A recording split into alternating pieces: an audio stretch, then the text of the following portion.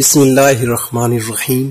السلام علیکم۔ تہجد کی نماز پڑھنے کا صحیح طریقہ کیا ہے؟ بہت سے لوگ نہیں جانتے۔ اکثر لوگ تہجد کی نماز پڑھتے تو ہیں لیکن چند ایک غلطیاں کرتے ہیں۔ تہجد کی نماز کی نیت کیسے کریں؟ تہجد کی نماز میں سورہ اخلاص کتنی بار پڑھنی ہوتی ہے؟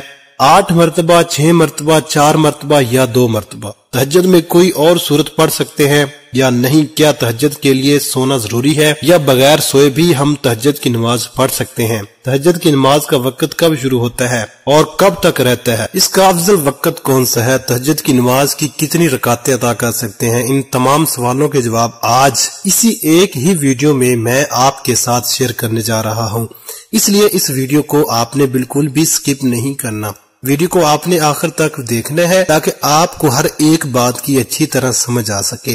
اسی ایک ہی ویڈیو میں آپ کو بہت کچھ سیکھنے کو ملے گا، آپ کی بہت ساری غلط فہمیاں دور ہو جائیں گی۔ یاد رہے، تہجد کی نماز یہ بہت ہی فضیلت والی نماز ہے۔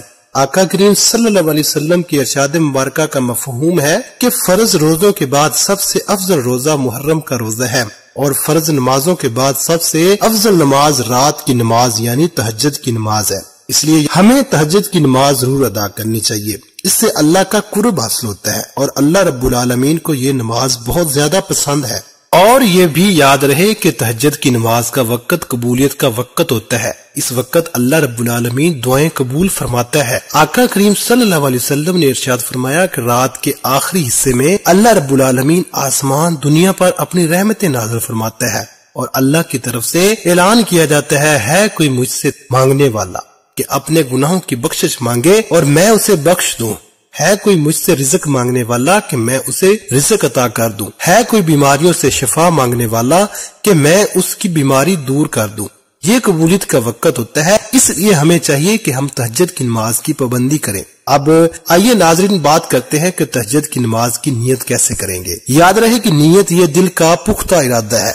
زبان سے الفاظ ادا کر کے نیت کرنا یہ نہ نماز کے فرائض میں سے ہے اور نہ واجبات میں سے۔ اگر زبان سے نیت کر لے تو بہتر ہے، نہیں تو کوئی گناہ نہیں۔ ایسا نہیں ہے کہ آپ زبان سے الفاظ ادا کر کے نیت کریں گے تب ہی آپ کی نماز ہوگی، ورنہ آپ کی نماز نہیں ہوگی، آپ کی نیت نہیں ہوگی۔ اصل میں نیت کہتے ہیں دل کا پختہ ارادہ کرنے کو۔ آپ نے دل میں ارادہ کر لیا، آپ نے دل میں کہہ دیا کہ میں تہجد کی نماز پڑھ رہا ہوں یا پڑھ رہی ہوں، بس اتنا کافی ہے۔ زبان سے الفاظ ادا کر کے نیت کرنا یہ ضروری نہیں ہے۔ آپ نیت اس طرح سے کریں گے کہ میں نے 2 رکعت تہجد کی نماز کی نیت کی واسطے اللہ تبارک تعالیٰ کے منہ میرا کعبہ شریف کی طرف۔ اللہ اکبر۔ نیت کرنے کے بعد آپ نماز شروع کریں گے۔ اب تہجد کے حوالے سے میں یہاں پر کچھ اہم اور بہت ہی ضروری باتیں عرض کرنا چاہتا ہوں کہ کیا تہجد کے لیے سونا ضروری ہے؟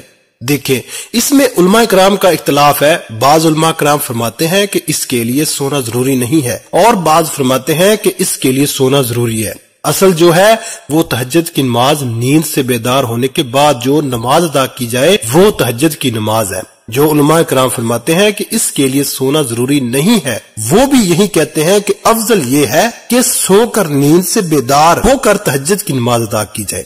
اگر آپ کو نیند نہیں آتی یا آپ سوئے نہیں ہیں، جب بھی آپ تہجد کی نماز پڑھ لیتے ہیں تو اللہ رب العالمین آپ کو تہجد کا ضرور ثواب عطا فرمائے گا۔ اب یہاں پر بات کرتے ہیں کہ تہجد کی نماز کا وقت کب شروع ہوتا ہے اور کب تک رہتا ہے۔ تہجد کی نماز کا وقت جب آپ نے عشاء کے 4 فرض ادا کر لیے، آپ کے لیے تہجد کا وقت شروع ہو گیا، اور رات کے کسی بھی حصے میں آپ نیند سے بیدار ہو کر اٹھ کر تہجد کی نماز ادا کر سکتے ہیں۔ اور اس کے آخری وقت فجر ہے، یعنی جیسے ہی فجر کی نماز کا وقت شروع ہو گیا اب تہجد کی نماز کا وقت ختم ہو جائے گا۔ یعنی عشاء کی نماز کا جب تک وقت ہے تہجد کا وقت بھی ہے۔